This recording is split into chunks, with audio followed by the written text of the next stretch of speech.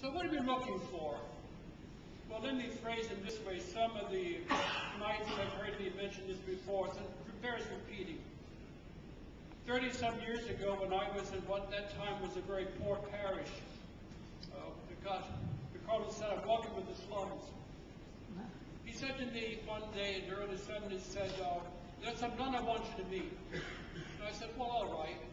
The lady showed up. I thought it was Mother Teresa. I thought she was Hare Krishna the way she was dressed. Oh. And we talked for hours and hours and hours, and I said, whoops, this one was a saint. Became good friends. Finally, one day, she used to write.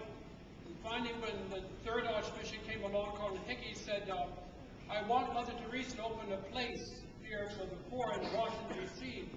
They tell me you know. I said, I met the lady. And so he said, I write it, she doesn't answer. Would you ask something about it? So I wrote a letter, got a letter back in about a week. I said she got your letter. And then shortly after that, she called me and said, I'll see you next Wednesday. I think it was on Wednesday. I said, you're coming to Washington? She said, you're coming to India. I said, Mother, you're crazy. I'm not going to India. I don't have the time or the money. She said, but I wrote you a letter. I didn't get it. She hung up on me. Oh. Saints are difficult people. So anyway, I told a friend of mine who used to help me with the poor, was a Lord, he said, I'll pay your way if you'll have that woman pray for me and my wife. So off I went. Well, make it short, one night we were in a huge room, about this size, 150 sisters from Pakistan, India, her superiors she had for this long retreat. And Mother's seated on that side of the room, and I'm on this side after the conference. And the Blessed Sacrament looked like it was on a cardboard box to me. It was a temporary altar in this room. An hour of silence and prayer. And after almost an hour, some nun pulled on my alb and handed me a small piece of paper. I knew her handwriting because of our letters exchanged. And I looked at it. I've got it in my room. It says, Father, please pray for me. Where is Jesus? Where is Jesus? I didn't know that part of her life. We were still new friends then. I never dreamed she would say to me about one of my spiritual directors. And so I looked at her, she looked at the Blessed Sacrament, looked at me and went like this to the Blessed Sacrament. Father, there is the answer. You and I, and this might help them a lot, helps me a lot. We go through two things in our life spiritually, in a deep spiritual way. There's something called night of privation. I'm sure I experience it frequently. Momentarily, God seems to hide from you. God, I prayed and nothing happened. God, I came to the Lord, nothing happened. God, I prayed for a job, I lost my job. Where are you? That's called the night of privation. Momentarily, God seems to vanish from you. Then there's another part of our spiritual life called the dark night. And when God seems to hide, there are two books published. Unfortunately, they mentioned my name in it, and so reporters call and I need to hang up. Because you're talking about your spiritual life, and that's not your business.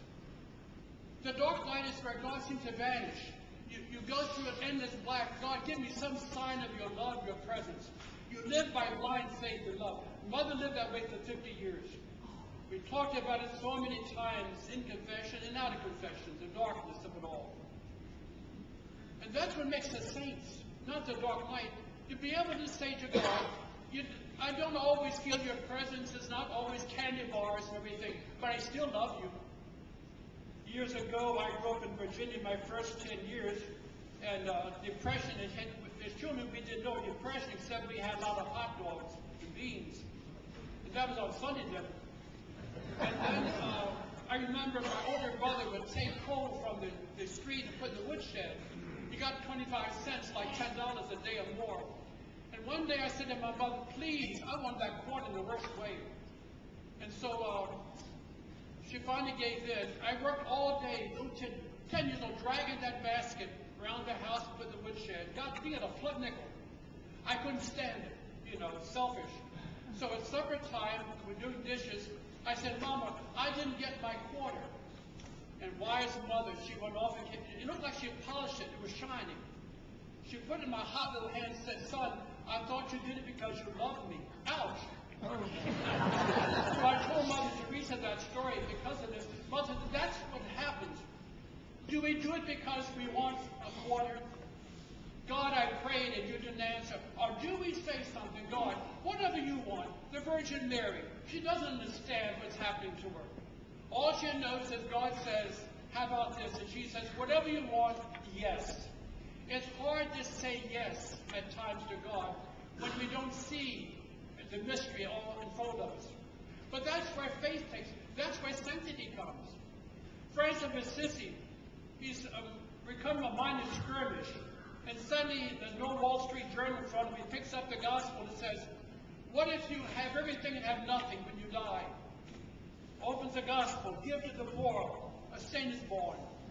Augustine, the great St. Augustine, we all studied in theology. We were seminarians those years. Augustine was a playboy, but came a time when suddenly, yes, God. The greatest time to say yes is when I don't understand everything, Lord. Why am I here?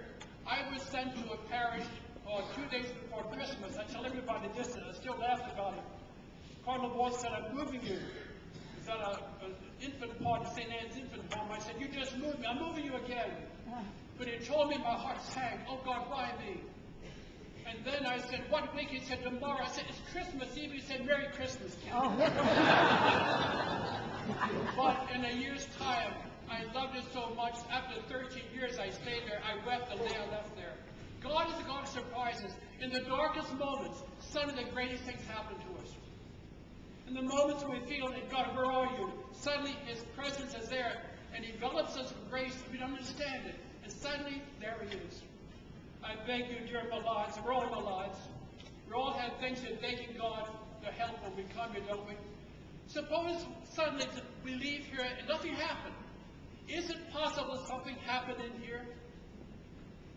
I was standing on a balcony looking down the streets of Calcutta, my second visit there one night around midnight, waiting for this little truck to take me to a place for the evening. And Mother Teresa came beside me. I looked down the streets, people were smoking pots and smelled like garbage. It like a hell to me. And I said to Mother, I said, what a terrible thing. It's like a living hell in front of me. I was so overcome by the misery. She said, heaven, Father. So what do you mean? Mother said to me, heaven doesn't begin when you die. Heaven begins here on earth when His love gets inside of you. And once that love is there, death, the veil pulls back and the glory of God is there. But it started here in your heart. My dear Malads, I cannot touch you and say, be healed, walk, see. I cannot say that. All I can say is, I pray God the miracle happened here. You suddenly felt His love inside of your hearts. And once the heart is filled with His love, your heaven begins.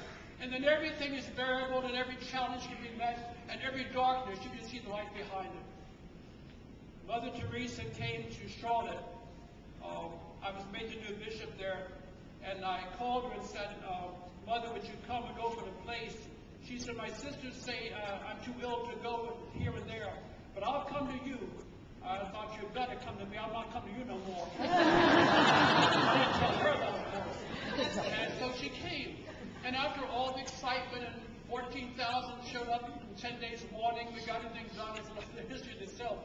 That night after her confession, we were in a room. We talked for an hour about her spiritual life. And I said to her, you know, I'll never see you again. She said, do not say that. You'll come to India. I said, never again, Mother. My work is here, and many things, making sure I must be here. I said, I give you final advice spiritually. You own nothing. Your habit, your rosary, your sandals belong to your community. The only thing you own is that emptiness that God gave you, that darkness. You're living by blind faith. Every day say to God, my gift is this emptiness, this feeling of abandonment. I give it to you, Jesus. I said, Teresa, child Jesus. She said, it's the key to heaven. Mother, I repeated it over and over, although we talked many years about it. I phrase it that way. The years go by, a few years more, she's dying. And I was able to speak to her on the telephone in her sick bed. The last thing she said to me is this, oh, Father, the key to heaven, I love Jesus in the night. Dear Malads, I don't know what's happened in your soul. I pray, God, that you have the miracle of His love in you now. And I pray, God, you can say, Jesus, I love you in the night.